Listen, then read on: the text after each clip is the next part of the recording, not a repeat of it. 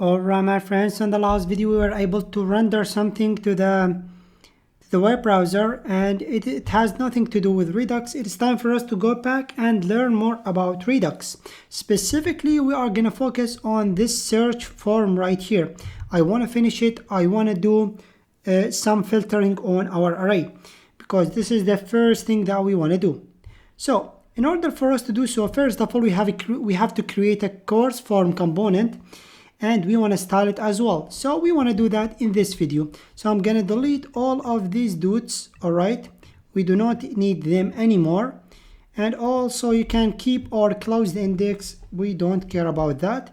In our course, in our components folder, I'm going to create a new folder, call it course form. All right, and in this folder we will drop one file called course form.js. Make sense? Course form.js.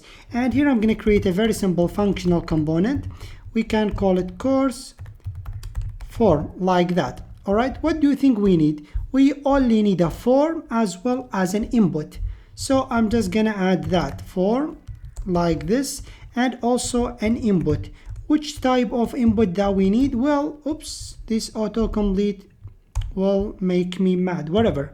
So I'm just gonna set the type to be text, and also we need a placeholder that will tell the user, see, you can search courses. All right, we can also have a class name. I'm just gonna call it search underscore input, and also I think the input, all right, like this. And also I'm gonna give my form a class name that will call search underscore form, like this. So we are done creating the markup. Now we need to style it. So open a new file and just call it course form.css. all right, and here I'm gonna import back my I'm just gonna import the CSS file. So course form.css, and now what I'm going to do, I'm gonna target both of these classes. So search underscore form, and here also we need the search underscore input, like that. And a very simple style will go like this. I'm just gonna say the width to be what width do we need right here? Well, I'm just gonna say the width to be 80%.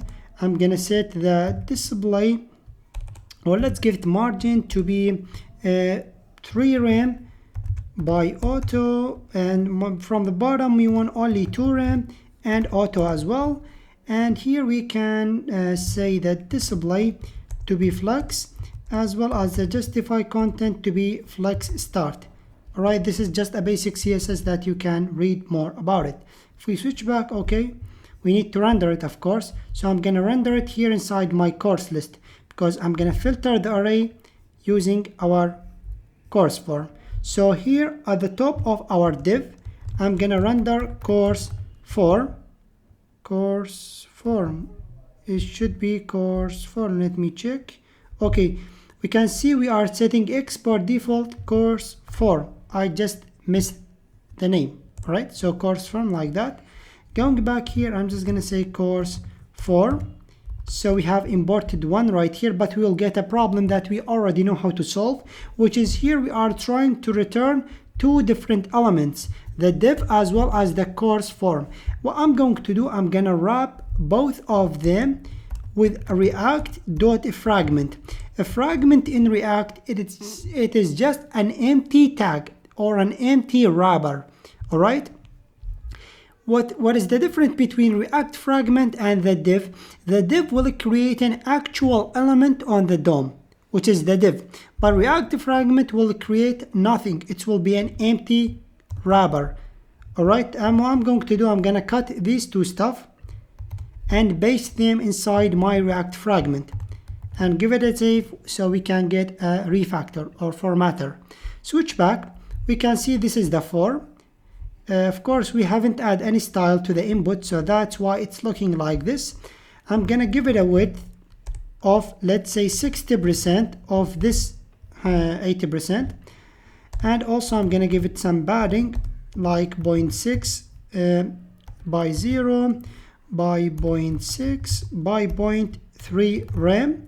I'm also going to give it a border like 5 pixel solid, and we can use the color picker because I don't know which color should I use. And if we switch back like this, we can see it's not very good, but at least it is make sense. All right, so here I'm just gonna increase the border, and I think I'm gonna keep it like this. It's a crystal clear and we can see it. So as you can see, ladies and gentlemen, in this video we have created our input form.